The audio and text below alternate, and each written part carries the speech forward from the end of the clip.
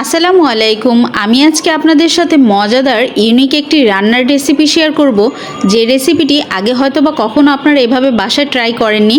আর রান্নার টেস্টটাও কিন্তু একদম অতুলনীয় ছিল। তো চলুন দেরি না করে রেসিপিটি শেয়ার করা যাক। চুলায় প্যান বসিয়ে আমি পরিমাণ মতো রান্নার তেল দিয়ে আরও দিয়ে দিলাম আমি আস্ত গরম মশলা। এখানে আমি দারুচিনি, এলাচ, তেজপাতা, লং, কালো গোলমরিচ দিয়ে আমি তেলের মধ্যে হালকাভাবে ভেজে নিব গরম মশলাটাকে। তো ভাজা হয়ে গেলে এখানে আমি অ্যাড করে দিব পেঁয়াজ কুচি। তো পেঁয়াজ কুচিটা আমার দেওয়া হয়ে গেলে আরও দিয়ে দিব আমি এখানে পরিমাণ মতো লবণ। তো লবণটি দিয়ে আমি পেঁয়াজটিকে আমি ভালো করে আমি নেড়ে চেড়ে নিব। তো আমি এখানে পেঁয়াজটিকে খুব বেশি একটা ভাজবো না, আমি হালকা করে ভেজে নিব পেঁয়াজটিকে। তো পেঁয়াজটা আমার হালকা করে ভাজা হয়ে গেলে এখানে আমি অ্যাড করে দিব আলু। আমি এখানে মাঝারি সাইজ থেকে একটু ছোট সাইজের আলু আমি নিয়েছি। তো আমি আলুগুলোকে আস্ত রেখেছি। আরও দিয়ে দিলাম টমেটো ফালি, আরও দিয়ে দিব পরিমাণ মতো কিছুটা লবণ।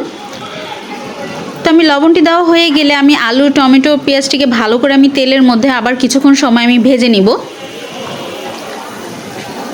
তো আমি এই পর্যায়ে আলুটাকে ভালো করে আমি তেলের মধ্যে ভেজে নিচ্ছি।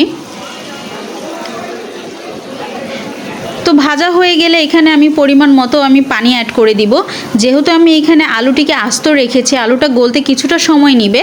তো এই পর্যায়ে আমি নেড়ে চেড়ে আমি এটিকে ঢাকনা দিয়ে ঢেকে দিব সেদ্ধ হওয়ার জন্য। তো ঢাকনা দিয়ে ঢেকে দিলাম। তো আমি পুনরায় আবারও ঢাকনাটি তুলে আমি এটিকে নেড়ে চেড়ে নিব। আর আমি যে পরিমাণে পানিটুকু অ্যাড করেছিলাম, পানিটা একেবারেই শুকিয়ে গিয়েছে। তো আমি পুনরায় আবার একটু ভেজে নিব। তো এইভাবে আলুটাকে ভাজা হয়ে গেলে, পানিটা একবারে টেনে নেওয়া হয়ে গেলে আমি এখানে অ্যাড করে দিচ্ছি মাংস। এখানে আমি হাফ কেজির মতো মুরগির মাংস নিয়েছিলাম। তো আমি মুরগির মাংসটাকে আমি আগে থেকে আমি ম্যারিনেট করে রেখেছিলাম। এখানে আমি আদা, রসুন, জিরের গুঁড়ো, ধনিয়া গুঁড়ো, টক দই, লবণ দিয়ে আমি মাংসটাকে ম্যারিনেট করে রেখেছিলাম আধা ঘন্টার মতো।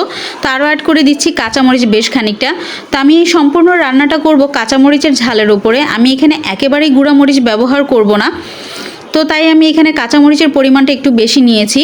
তো আমি এই পর্যায়ে মাংসটাকে ভালো করে আমি নেড়ে চেড়ে এটিকে ঢাকনা দিয়ে আমি ঢেকে দিব। পানি একেবারেই ব্যবহার করব না, কারণ যেহেতু মাংস থেকে এমনিতে অনেকটা পানি ছেড়ে দেয়।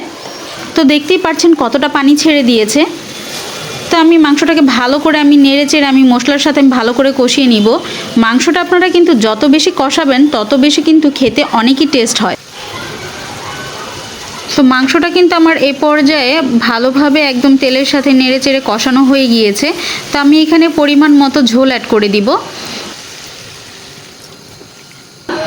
তো আমি পরিমাণ মতো ঝোল অ্যাড করে এখানে আমি আরও দিয়ে দিব আস্ত কিছুটা কাঁচামরিচ, কারণ যেহেতু আমি সম্পূর্ণ রান্নাটা কাঁচামরিচের ঝালের ওপর করছি।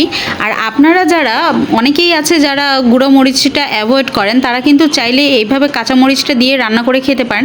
আর এই খাবারটা কিন্তু আপনারা রুটি বলেন, পোলাও বলেন, ভাত বলেন, খেতে কিন্তু খুবই অসাধারণ লাগবে এভাবে যদি চিকেনটা রান্না করেন। আর যখন আমি রান্না করেছিলাম খেতে কিন্তু খুবই অসাধারণ হয়েছিল। আর তো দেখতেই পাচ্ছেন যে আমি কিভাবে রান্না করলাম। আর আমার রান্নাটা যদি অবশ্যই ভালো লেগে থাকে, আপনারা অবশ্যই একটা লাইক, কমেন্ট এবং শেয়ার করে যাবেন। এবং অবশ্যই জানাতে ভুলবেন না যে আমার রান্নার রেসিপিটা আপনাদের কাছে কেমন লেগেছে। আর যেহেতু রমজান মাস চলছে, আপনারা চাইলে কিন্তু ইফতারিতে এভাবে চিকেনটা রান্না করে রুটির সাথে বা পোলাওর সাথে কিন্তু আপনারা পরিবেশন করতে পারেন। আর আপনারা সকলেই ভালো থাকবেন, সুস্থ থাকবেন, আর শেয়ার করতে, লাইক করতে ভুলবেন না। আল্লাহ হাফেজ।